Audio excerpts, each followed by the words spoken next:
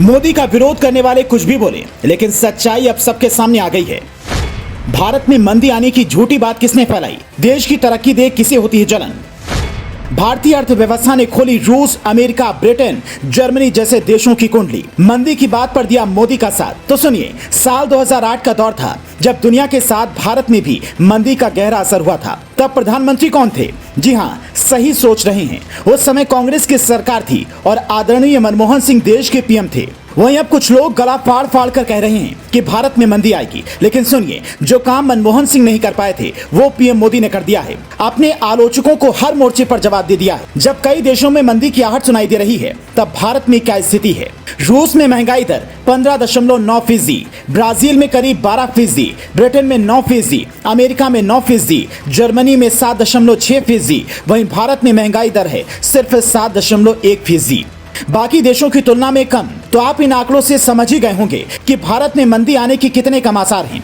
दुनिया में तबाही मच रही है, देश एक दूसरे से लड़ रहे हैं। ऐसे में चीन हो या फिर अमेरिका, भारत किसी के सामने नहीं झुक रहा है, डटकर सबके सामने खड़ा है और विश्व पटल पर मजबूती से अपनी हर एक बात रख रहा है। लेकिन कई लोग इस समय सिर्फ मोदी विरोध के कारण राजनीति कर रहे हैं, एजेंडा चला रहे हैं। जो लोग भारत में मंदी की अफवाह फैला रहे हैं, उन्हें भारतीय अर्थशास्त्र ने मुंहतोड़ जवाब दिया है। बैंक ऑफ बड़ौदा के मुख्य अर्थशास्त्री मदन सबनवीस ने कहा है, अमेरिका में मंदी के कारण भारत में थोड़े समय के लिए ग्रोथ रेट कम हो सकता है, लेकिन भारत में मंदी नहीं आएगी। वहीं कुछ अर्थशास्त्रियों ने तो यहां तक कहा है कि वर्तमान समय में अगर कच्चा तेल कम हो जाता है तो भारत में कई चीजों के दाम काफी कम हो जाएंगे। आखिर यह मंदी क्या होती है? कैसे किसी देश में मंदी आती है? क्या है इसकी मुख्य वजह? तो सुनिए, अगर किसी देश की जीडीपी में लगातार 6 महीने तक गिरावट आती है तो इस दौर को मंदी कहते हैं। अगर 6 महीने में किसी देश की जीडीपी 10% से ज्यादा गिरती है तो उसे महामंदी कहा जाता है।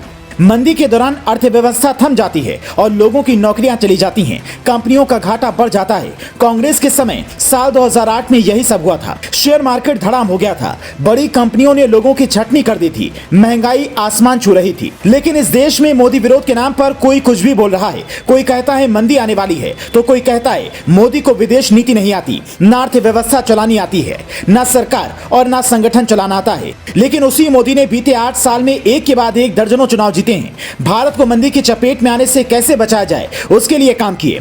पीएम मोदी ने दुनिया में भारत की मार्केटिंग करते हैं, भारत के बारे में बताते हैं, उद्योगपतियों को देश के युवाओं, स्टार्टअप और व्यापार का बेहतर माहौल देने की बात करते हैं। तभी दुनिया भर के बिजनेसमैन भारत में निवेश करते हैं और यही वजह है कि साल 2013 के मुकाबले भारत में विदेशी निवेश 2 गुना हो गया है। देश की अर्थव्यवस्था पर आपका क्या कहना है? कमेंट करके जरूर बताएं। पेज को लाइक और सब्सक्राइब करना ना भूलें।